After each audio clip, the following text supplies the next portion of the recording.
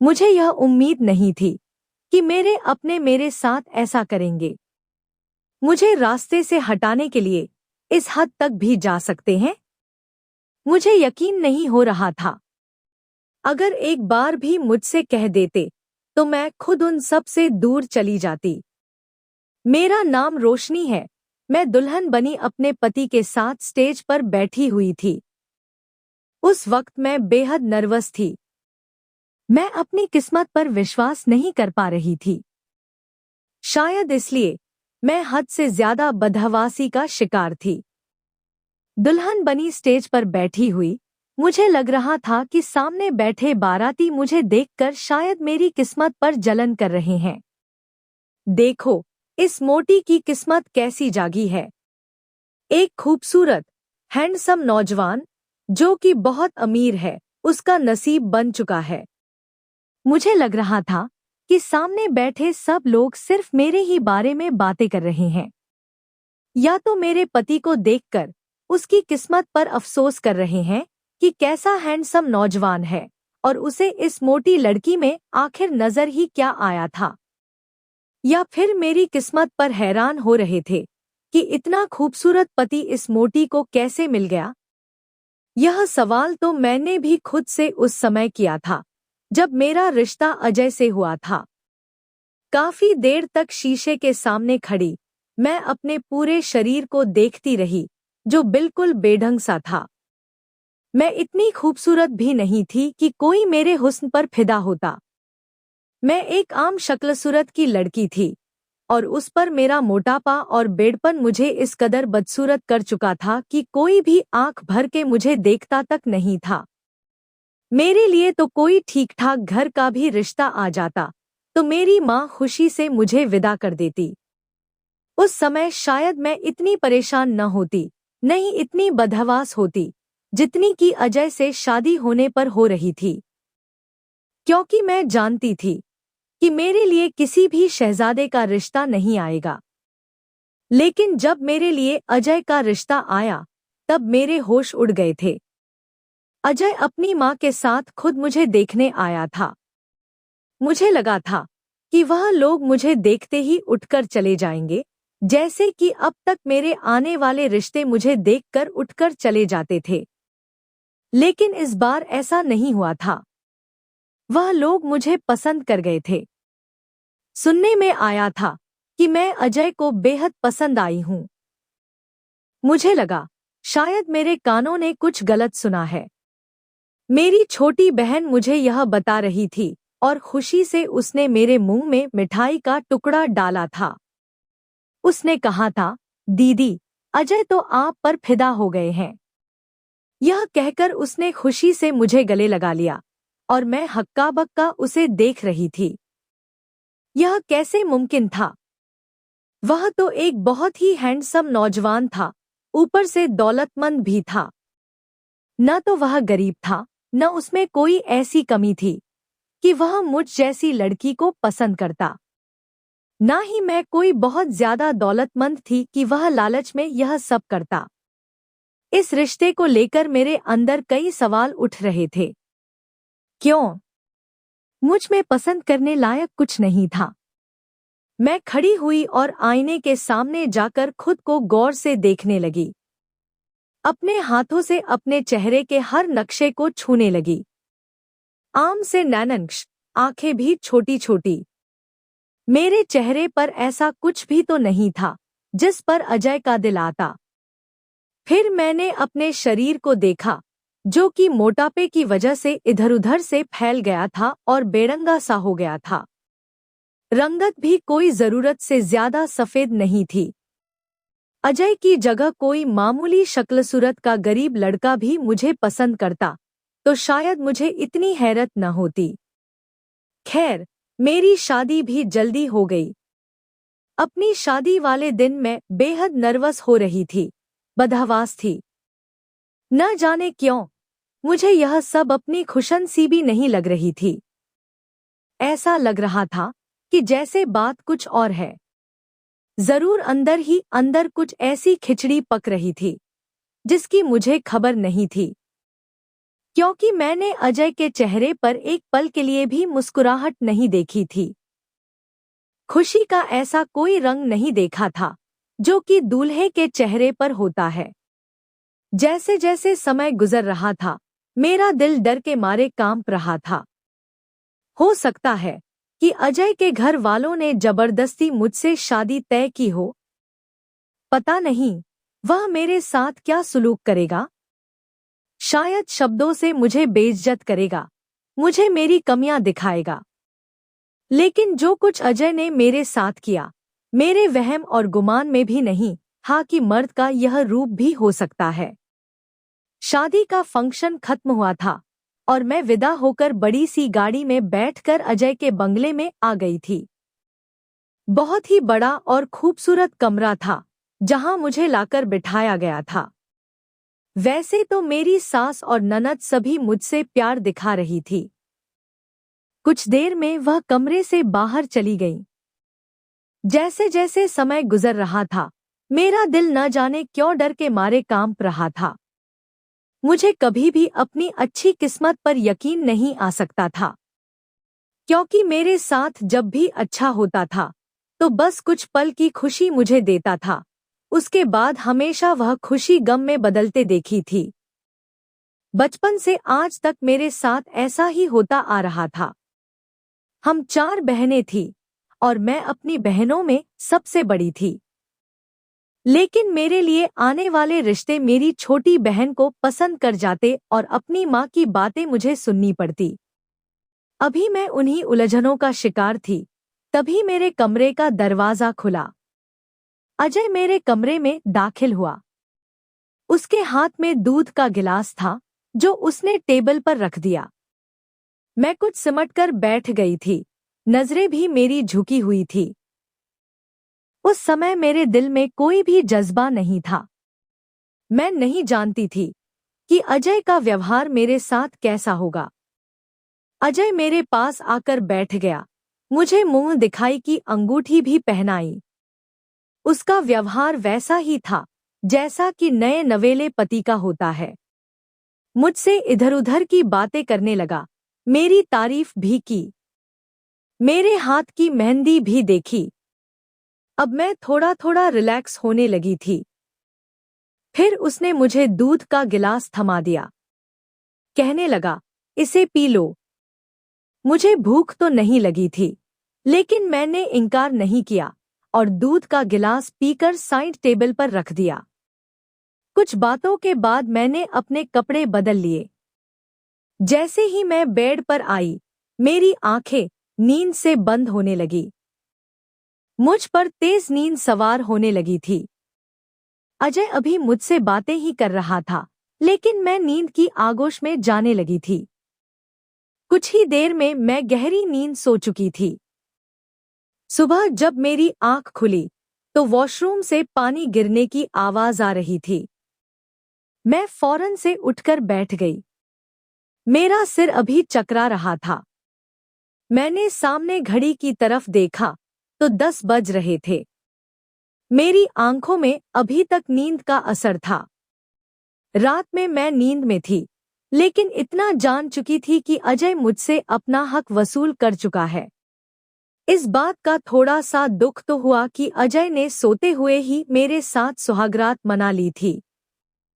अगर मैं थकावट की वजह से गहरी नींद में सो गई थी, तो अजय को कम से कम सब्र रखना चाहिए था। लेकिन वह इतना बेसब्र था कि उसने सोते में ही सब कुछ कर लिया था। फिर मैंने खुद को समझा लिया। भाई, वह मर्द है और उसके भी कुछ जज्बात थे। शादी की पहली रात, कोई अपने जज्बातों पर कैसे काबू पा सकता है? गलती मेरी ही थी, जो मैं इस कदर बेखबर होकर सो गई थी। लेकिन जैसे ही मैंने अपने बिखरे बालों को समेटना चाहा, तो अपने हाथों पर नाखूनों की खरोंच देखकर मैं हैरत में डूब गई। ऐसी ही खरोंचें मेरे पूरे शरीर पर मौजूद थी, जैसे रात को मेरे साथ बड़ी बेदर्दी की गई हो। मेरे हाथ में पहनी चूड़ियां टूटकर मेरे हाथों को जख्मी कर चुकी थी। मैंने उठने की कोशिश की, तो मेरा पूरा शरीर दर्द से चूर था। समझ नहीं पा रही थी कि मेरे साथ शादी के नाम पर यह दरिंदगी क्यों की गई थी।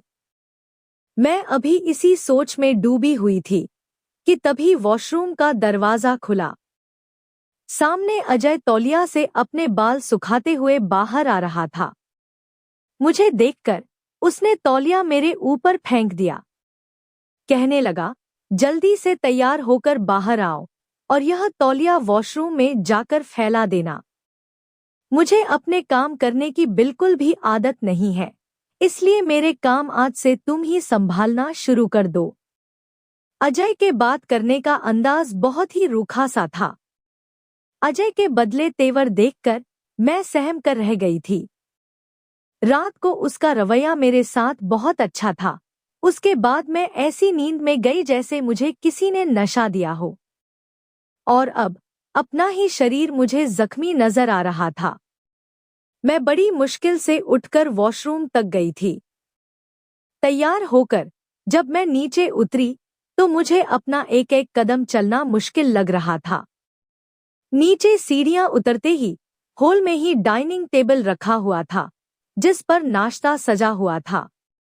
मैं नीचे उतरी, अपनी सांस के पैर छूकर उनसे आशीर्वाद लिया और अजय के बराबर बैठ गई। अभी मैं नाश्ता कर ही रही थी जब एक मोटा सा आदमी जो 6 फीट लंबा था और उतना ही मोटा भी था, बड़े आराम से आकर मेरे साथ बैठ गया। उसे इस तरह अचानक से अपने बराबर बैठता देखकर मैं बखलाकर रह गई थी। वह मुझे देखकर अजीब से अंदाज में मुस्कुरा रहा था, अजीब नजरों से देख रहा था। मेरी सास ने मुझसे कहा, यह अजय का छोटा भाई है। फिर वह कहने लगी, यह थोड़ा सा वाबला है, आधा पागल सा। यह सुनकर तो मेरा दिल धक से रह गया था। उसकी हरकतें भी कुछ ऐसी ही थी। बार बार मुझे देख रहा था, अजीब अंदाज से हंस रहा था। फिर एक नौकर आया और उसके सामने 15 पराठे और 2 बाउल भरकर सब्जी रख दी। उसने उसे अपनी तरफ रखा और उसी में खाने लगा। यह देखकर मैं हैरत से उसे देख रही थी। वह एक पराठे के बस 2 निवाले बनाता था और खाता जा रहा था। पूरी सब्जी उसके कपड़ों पर गिर रही थी, लेकिन वह ऐसे खा रहा था जैसे कि उसने कभी खाना देखा ही ना हो। मैं मुश्किल से ही चाय का एक कप पिया और उठकर खड़ी हो गई। लेकिन मुझे हैरत का बड़ा जोर का झटका लगा जब इस पागल आदमी ने मेरा हाथ पकड़कर मुझे दोबारा से कुर्सी पर बैठा दिया। मेरे अंदर से तो जैसे जान ही निकल गई थी। मुझे वैसे ही पागल लोगों से बहुत डर लगता था। वह कहने लगा, मेरे पास ही बैठी रहोगी, जल्दी से मुझे पानी दो, मुझे मिर्ची लग रही है। मैंने जल्दी से अपना हाथ उसके हाथ से छुड़ाया था। मुझे उस पागल से डर लगने लगा था। मेरी सांस यह देखकर हंसने लगी, कहने लगी, देवर की बात का इनकार मत करना, यह बहुत जिद्दी है। अगर कोई इसको किसी बात पर मना कर दे तो यह जुनूनी सा हो जाता है। हम भी उसके किसी काम को मना नहीं करते। मैंने अजय की तरफ देखा जो ऐसी लापरवाही से नाश्ता कर रहा था जैसे उसका मुझसे कोई संबंध ही ना हो। मैंने पानी का जग लिया और गिलास में पानी डालने लगी। अभी मैं पानी डाल ही रही थी कि उसने जग मेरे हाथ से छीना और वैसे ही जग मुंह को लगाकर पीने लगा। उसके खाने पीने का अंदाज बिल्कुल जंगली जैसा था। वह जग से पानी पी रहा था और पानी उसके मुंह से बहकर उसके कपड़ों को भी भिगो रहा था। उसे देखकर ही मुझे घिन आ रही थी। रात को अजय मुझे फिर दूध का गिलास थमाने लगा, कहने लगा, यह पी लो। मैंने वह दूध का गिलास पकड़कर साइड पर रख दिया। मैंने कहा, इस दूध में क्या चीज है? मेरी बात सुनकर वह एकदम से चौंक गया था। कहने लगा, क्या मतलब? दूध है और क्या है? मैंने कहा, कल इसे पीने से गहरी नींद आई थी। मैं चाहकर भी कल जाग नहीं पाई थी। मेरी बात सुनकर वह मुस्कुराने लगा और बोला, यह तो तुम्हें पता होगा कि तुम कितनी रातों से जाग रही थी, जो कल तुम लेटते ही सो गई। खैर, यह मेरी माँ ने दिया है। वह कहती है, अगर औरत दूध पीकर सोए तो बच्चा खूबसूरत पैदा होता है और उन्हें अपना पोता या पोती बहुत ही खूबसूरत चाहिए। यह कहकर अजय ने दूध का गिलास साइड टेबल से उठाया और मेरे होठों को लगा दिया। ना चाहते हुए भी मुझे वह पीना पड़ा। लेकिन जैसे ही मैंने दूध पिया, मुझे फिर से नींद आने लगी थी। कुछ ही देर बाद मैं नींद में जा चुकी थी।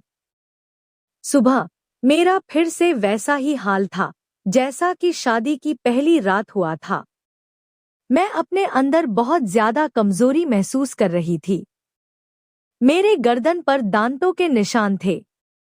उस समय मेरे कमरे में कोई भी नहीं था। तैयार होकर जब मैं बाहर आई तो हॉल में मेरा देवर, मेरी सास और ननद नाश्ता कर रहे थे। अजय कहीं भी नजर नहीं आ रहा था। अपने देवर को देखकर तो मेरा दिल ही नहीं चाहा कि मैं टेबल पर बैठकर नाश्ता भी करूं। लेकिन मेरा देवर मुझे देखकर मुस्कुराने लगा। मेरी सास कहने लगी, आओ बैठो, नाश्ता करो। मैं अपनी नंद के बराबर में बैठ गई। मेरा देवर लगातार मुझे ही देख रहा था और रोटी पर रोटी अपने अंदर उतार रहा था। मेरी सास और नंद नाश्ता कर चुकी थी, इसलिए उठकर चली गई। मजबूरन मैं अकेली ही टेबल पर बैठी थी जब देवर ने एक ऐसी बात मुझसे कही कि मैं दंग रह गई। ऐसी बात कोई भी आदमी नहीं कर सकता। यह बात तो बस पति जानता है या फिर वह लड़की। कोई तीसरा आदमी नहीं जान सकता। पर मेरा देवर कैसे जानता था? अब वह मुझे देखकर हंस भी रहा था। मेरी हालत अजीब सी होने लगी थी। मैंने सब कुछ वहीं छोड़ा और अपने कमरे में आकर बैठ गई। यह सोचने लगी कि रात को मुझे अजय नशे वाला दूध क्यों पिलाता है। मैं उसकी पत्नी थी और वह मुझ पर पूरा हक रखता था। वह मेरे होशोवास में भी मेरे साथ संबंध बना सकता था। फिर मुझे नशे में रखने का क्या मकसद था? और फिर मेरे देवर का ऐसी बात का कह देना जो सिर्फ पति पत्नी के बीच होती है, वह बात देवर तक कैसे पहुंची थी? और वह भी ऐसा आदमी जो कि आधा पागल था। मेरा सर बुरी तरह से चक्कर खाने लगा था। मैं नहीं जानती थी कि मेरे साथ क्या हो रहा है। मुझे कुछ ठीक नहीं लग रहा था। रात को जब अजय ने मुझे दूध का गिलास दिया तो मैंने आज साफ मना कर दिया। मैंने कहा, आज मैं हरगिज यह दूध नहीं पीऊंगी। इसमें यकीनन नशे की चीज है। उसने गिलास मेरे मुंह को लगाया तो मैं पीछे हट गई और हाथ से गिलास पीछे कर दिया। मैंने कहा, नहीं अजय, आज मैं किसी भी कीमत पर यह दूध नहीं पीऊंगी। मेरा यह कहना था कि अजय गुस्से से बिखर सा गया था। कहने लगा, क्यों नहीं पियोगी? देखो, मैं बहुत ही जुनूनी टाइप का इंसान हूं और तुम बिना नशे के मेरा जुनून सह नहीं सकती। तुमसे शादी करने का मेरा मकसद भी यही था। मैं जानता था कि कोई भी नाजुक शरीर की लड़की मेरी इच्छाओं को पूरा नहीं कर सकती। इसीलिए मैंने तुमसे शादी की है। इसलिए चुपचाप से जो मैं कहता हूं उस पर इनकार मत करो और चुपचाप यह दूध पियो। मैं यह तुम्हें बता रहा हूं कि हाँ, इसमें नशा मिला हुआ है। मैं जानबूझकर तुम्हें बेहोश करके तुम्हारे साथ संबंध बनाता हूं ताकि तुम मेरे जुनून को सह सको। उसने दूध का गिलास मेरे मुंह पर लगाकर मुझे पिला दिया। मैंने कई बार कोशिश की कि मैं दूध का गिलास ना पीऊं, लेकिन उसने मेरी एक ना चलने दी। 2 महीना गुजर गए था और मैं 2 महीने के अंदर बहुत ज्यादा कमजोर हो गई थी। यहाँ तक कि मेरा 30 किलो वजन कम हो चुका था। अब मैं कहीं से भी मोटी नहीं लगती थी। लेकिन एकदम से मेरा वजन कम होने की वजह से मेरी रंगत काली और पीली सी होने लगी थी, क्योंकि हर रात मैं एक जानवरों जैसा व्यवहार खुद पर बर्दाश्त करती थी। अब तो खाते पीते समय भी मेरे हाथ कांपने लगते थे। हालांकि इस घर में हर काम के लिए नौकर थे, मुझे कुछ भी करना नहीं पड़ता था। मुझे लगता था जैसे मेरा शरीर कमजोर होता चला जा रहा है। मेरी आंखों के आसपास काले गहरे गड्ढे से पड़ने लगे थे। सीढ़ियां चढ़ने पर ही मेरी सांस फूलने लगती थी। धीरे धीरे भूख बिल्कुल मरती जा रही थी। दोपहर के समय मेरी तबीयत कुछ खराब थी और मेरी सांस अपने रूटीन चेकअप के लिए जा रही थी, तो मैंने कहा, मुझे भी अपने साथ डॉक्टर के पास ले चलो। वह मुझे अपने साथ ले गई। डॉक्टर ने मुझे कुछ ताकत की दवाइयां दी और मेरे कुछ ब्लड टेस्ट लिए। उसके बाद आराम करने का बोल दिया। मेरी सास और ननंद आम सासों और नंदों के टाइप की नहीं थी कि मुझ पर रोक टोक करती, काम की जिम्मेदारियां डालती, बल्कि उन्हें तो इस बात से भी मतलब नहीं था कि उनके इतने हैंडसम बेटे ने एक मोटी और आम सी शक्ल सूरत की लड़की से शादी क्यों की थी। एक बार मेरी सास ने बातों बातों में मुझसे कहा था कि अजय ने तुम्हें पसंद कर लिया और हमें अजय की पसंद पर कोई ऐतराज नहीं था। उसकी जिंदगी है, उसने अपनी मर्जी से गुजारनी है, इसलिए हमने बिना किसी रोकटोक के उसकी और तुम्हारी शादी करवा दी। खैर, यह गुत्थी मेरे लिए अब तक उलझी हुई थी कि अजय ने मुझसे शादी क्यों की थी। वापसी पर मेरी सास कहने लगी कि मुझे शॉपिंग मॉल से कुछ शॉपिंग करनी है, लेकिन मेरी हिम्मत नहीं थी कि मैं शॉपिंग मॉल में घूमूं। मैं गाड़ी में ही बैठी रही। यूं ही समय गुजारने के लिए सामने बने रेस्टोरेंट को देखने लगी। बहुत से लोग रेस्टोरेंट में खाना खाने जा रहे थे और कुछ वहां से निकल रहे थे कि तभी अचानक मेरी नजर अजय पर पड़ी। और जिस लड़की को मैंने अजय के साथ देखा, उसे देखकर तो मैं अपने होशोवास खो बैठी थी। वह दोनों गाड़ी से उतरे और रेस्टोरेंट के अंदर चले गए। मेरी गाड़ी दूसरे मेन रोड पर थी और मॉल के सामने खड़ी थी। मेरी सास मॉल के अंदर जा चुकी थी। मैं गाड़ी से नीचे उतरी, रोड क्रॉस किया और उस रेस्टोरेंट में चली गई जहां पर अजय और वह लड़की गए थे। जहां वह बैठे थे, दोनों की मेरी तरफ से पीठ थी। मैं खामोशी से पिछली सीट पर बैठ गई और ऐसे बैठी कि मेरी पीठ ही उनकी तरफ थी। जो बातें मैंने उनके मुंह से सुनी, वह सुनकर मेरा दिमाग चकरा गया था। मुझे लगा कि शायद किसी ने मुझे गर्म खोलते तेल में फेंक दिया हो। अब मुझे मेरे हर सवाल का जवाब मिल गया था। अजय ने मुझसे शादी क्यों की थी? क्या मकसद था उसका? यह मैं जान चुकी थी। यह सच मेरे लिए इस कदर तकलीफ देने वाला था कि मेरी आंखों से खुद ब खुद आंसू बह रहे थे। मैं खामोशी से उठकर रेस्टोरेंट से बाहर आ गई। रोड पर, जहां मेरी सास की गाड़ी खड़ी थी, ड्राइवर और मेरी सास गाड़ी के पास खड़े दाएं बाएं मुझे ही ढूंढ रहे थे। मैंने रोड क्रॉस किया और गाड़ी में आकर बैठ गई। अब भी मेरे आंसू बह रहे थे। मैं घर वापस आ गई, किसी से भी कोई बात ना की और कमरे में आकर बैठ गई। रात को जब अजय मेरे कमरे में आया, उसने मुझे दूध का गिलास दिया, तो मैंने उसके हाथ से पकड़ लिया। फिर मैंने कहा, मैं अपनी कुछ मेडिसिन बाहर भूल गई हूँ, हॉल में ही होगी, मुझे वो ला दो, मैं दूध के साथ ही खा लूंगी। इन 2 महीने में मैं चुपचाप उसकी हर बात मान रही थी, इसलिए अब उसे लगा कि शायद मैं वह दूध पी लूंगी। जैसे ही अजय कमरे से बाहर गया, मैं बेड से खड़ी हुई और दूध खिड़की से बाहर गिरा दिया। मेरे कमरे की खिड़की बाहर गड्ढे में खुलती थी। पौधों के बीच मैंने वह दूध गिराया और अपने पास से एक मिल्क पैक निकालकर गिलास में डाल लिया। मुझे यह जानना था कि अजय रात को मुझे नशे का दूध पिलाकर मेरे साथ क्या करता है। जब अजय कमरे में आया तो मैंने उसे मुस्कुराकर देखा। उसने मेरी मेडिसिन मुझे दी और कहने लगा, तुम्हें क्या हुआ है जो तुम यह दवा खा रही हो? मैंने कहा, मैं आज डॉक्टर के पास गई थी। मुझे अपने अंदर बहुत वीकनेस फील हो रही थी, इसलिए डॉक्टर ने मुझे मेडिसिन दी थी। उसने लापरवाही से कंधे उचका दिए। कहने लगा, ठीक है, खाओ मेडिसिन। मैंने अपनी मेडिसिन दूध के साथ ली और उसके बाद बेड पर लेट गई और ऐसा दिखावा करने लगी जैसे मैं नींद के नशे में जा चुकी हूं।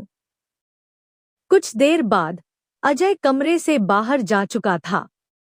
मुझे वह बातें याद आने लगी जो रेस्टोरेंट में मैंने अजय और उस लड़की के मुंह से सुनी थी। वह लड़की कोई और नहीं बल्कि मेरी ही छोटी बहन थी। अपनी छोटी बहन को ही मैंने गाड़ी से उतरकर रेस्टोरेंट में जाते हुए देखा था। मुझे अपनी आंखों पर विश्वास ही नहीं हो रहा था कि मेरी छोटी बहन अजय के साथ। इसलिए मैं गाड़ी से उतरकर रेस्टोरेंट में चली गई थी और उनके बिल्कुल पीछे वाली टेबल पर पीठ करके बैठ गई थी।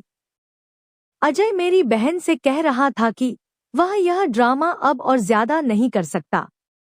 मेरी बहन कहने लगी, देखो, जो काम तुम मेरी बहन के साथ कर रहे हो, उस हिसाब से वह बस कुछ ही महीने जिंदा रह सकती है, उससे ज्यादा नहीं। फिर हमारा रास्ता साफ हो जाएगा। वह कहने लगा, मुझे तुम्हारी मोटी और उस भारी भरकम बहन को देखकर घिन आती है। मुझ जैसा खूबसूरत, हैंडसम नौजवान किस तरह ऐसी बदसूरत लड़की को बर्दाश्त करता है, यह मैं ही जानता हूँ। तुम खुद को देखो, तुम कितनी खूबसूरत और हसीन हो, और अपनी बहन को देखो जो तुम्हारे पैर के नाखूनों के बराबर भी नहीं। बस मेरी मजबूरी यह है कि तुम्हें पाने के लिए मुझे उसे अपनाना पड़ा। यह मेरी तुमसे मोहब्बत की हद है। मेरी बहन मुस्कुराने लगी थी। कहने लगी, मैं जानती थी कि मेरी माँ कभी भी मेरी बड़ी बहन को छोड़कर मेरी शादी नहीं करेगी, क्योंकि उसे छोड़कर माँ 2 बहनों की शादी कर चुकी है। और अब माँ ने पक्का इरादा कर लिया था कि जब इस मोटी की शादी होगी तभी मेरी शादी होगी। और फिर तुम मुझसे उम्र में 12 साल बड़े भी थे। मेरी माँ तो साफ मना कर देती। और फिर मैं जितनी खूबसूरत और हसीन हूँ, मेरे लिए रिश्तों की कमी नहीं होती। इसलिए मैंने सोचा, चलो, मेरी बहन वैसे तो किसी काम की नहीं, अगर वह मेरे काम यूं आ सकती है तो क्या नुकसान है। कुछ ही महीनों में वह मर जाएगी और फिर तुम अपना रिश्ता मेरे लिए भेज देना। माँ फिर इस रिश्ते के लिए मना नहीं करेगी, क्योंकि तुम उनके देखे भाले हो गए। और मैं भी जिद करके माँ को मना ही लूंगी। मैं अपनी बहन की बातें सुनकर हैरान थी। उसने मुझे अपनी शादी करने के लिए इस्तेमाल किया था। मैं बेड पर आंखें बंद करके लेटी हुई थी, ऐसा दिखावा कर रही थी कि मैं सो गई हूं, कि तभी कमरे का दरवाजा खुला। जो मेरे कमरे में दाखिल हुआ, उसे देखकर मैं एकदम से उठकर बैठ गई थी। वह मेरा देवर था। 6 फीट लंबा, चौड़ा, आधा पागल इंसान। उसने कमरे का दरवाजा बंद किया और मुस्कुराते हुए मेरे पास आने लगा। मैं फौरन से खड़ी हो गई। मैंने कहा, तुम मेरे कमरे में क्या कर रहे हो? मेरे पूछने पर वह कहने लगा, रोज मेरा भाई मुझे ही तो तुम्हारे कमरे में भेजता है। कहता है, जाओ, ऐश करो। मैंने कहा, निकलो मेरे कमरे से बाहर। लेकिन वह बाहर जाने के बजाय मेरे पास आने लगा। क्यों बाहर जाऊं? मुझे तो मेरे भाई ने भेजा है और रोज मैं ही तुम्हारे पास आता हूं, तो आज बाहर क्यों जाऊं? तुम्हारे साथ रहकर मुझे बहुत मजा आता है। मैं खुद ही कमरे से बाहर जाने लगी तो वह मेरे सामने खड़ा हो गया। कहने लगा, तुम कमरे से बाहर नहीं जा सकती। मैंने कहा, अगर तुम पीछे नहीं हटे तो मैं शोर मचा दूंगी। मेरा यह कहना था कि उसने मेरे मुंह पर हाथ रखा और मुझे धकेलकर बेड पर ले गया। मैं इन 2 महीनों में इस कदर कमजोर हो चुकी थी कि अपने बचाव के लिए हाथ पैर भी नहीं चला सकी। रात भर उस इंसान ने मेरे साथ जो किया, मैं रोती रही। लेकिन उस इंसान के अंदर तो जैसे कोई जंगली जानवर था। सुबह होते ही वह मेरे कमरे से बाहर निकल गया था। मेरा दिल चाहा कि मैं खुद को खत्म कर लूं। और मेरी बहन भी तो यही चाहती थी कि मैं मर जाऊं। अपने फायदे के लिए उसने मेरी जिंदगी नरक बना दी थी, मुझे बर्बाद कर दिया था। मैं यही सोच रही थी कि तभी मेरे मोबाइल पर बेल बजने लगी। जब मैंने फोन उठाया तो मेरे डॉक्टर का फोन था। कहने लगी, तुम्हारी रिपोर्ट्स आ चुकी हैं। तुम्हें स्लो पॉइजन दिया जा रहा है जो कि तुम्हारे शरीर में फैलने लगा है। अगर उसका इलाज नहीं करवाया तो तुम मर सकती हो। मर तो मैं गई थी। मेरी छोटी बहन, जिसे मैं मासूम सी गुड़िया समझती थी, उसने कितना भयानक खेल खेला मेरे साथ। वह एक बार मुझसे कह देती कि उसे अजय से शादी करनी है, तो मैं खुद अपनी माँ से कहकर अजय की और उसकी शादी करवा देती। हम 4 बहनें थीं। चारों बहनों में मैं बड़ी थी और मेरी दोनों बहनों की शादी हो चुकी थी।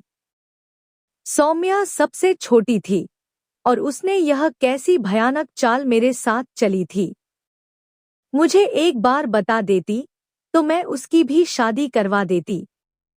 मेरे अंदर तो वैसे भी शादी करने का कोई अरमान ही नहीं बचा था।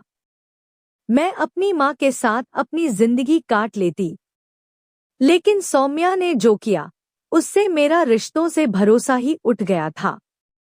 मैंने अपना सामान पैक किया और खामोशी से एक एनजीओ में चली गई और लोगों की सेवा करना अपने जीने का मकसद बना लिया। मैं नहीं जानती थी कि मेरी बहन ने अजय से शादी की या नहीं। लोग मेरे बारे में क्या सोचते होंगे, मगर मैं सोचती हूँ, जो पाप और जिल्लत की जिंदगी मैं वहां गुजार रही थी, वह अब और नहीं गुजार सकती थी। अगर मैं सच्चाई सबको बता भी देती तो कोई फायदा नहीं था। यहाँ पर सच सुनना कोई भी नहीं चाहता। वह मुझे अपनी जिंदगी से दूर करना चाहती थी, मेरी जान लेना चाहती थी। मैंने खुद ही उसका रास्ता साफ कर दिया, क्योंकि आज भी मेरे दिल में मेरी बहन के लिए मोहब्बत बाकी थी। मैंने उसे अपनी गोद में खिलाकर बड़ा किया था। लेकिन मुझे अपनी प्रार्थना पूरी होने के कम ही असर नजर आते हैं, क्योंकि जो इंसान दूसरों के साथ बुरा करता है, भगवान भी उसके साथ बुरा ही करता है। कैसे कह सकते हैं कि अजय, जिसे आदमी औरत की इज्जत करना नहीं आता और जिसने अपनी पत्नी को अपने भाई के हवाले कर दिया और उसके अंदर की गैरत नहीं जागी, वह सौम्या को खुश रख सकता है, जिंदगी भर उसका साथ निभा सकता है? नहीं, शायद ऐसा नहीं हो सकता। लेकिन मैं दुआ करती रहती हूँ कि अजय उसका साथ दे और उसके साथ जिंदगी बिताए। और यह कहानी आपको कैसी लगी हमें कमेंट में जरूर बताएं।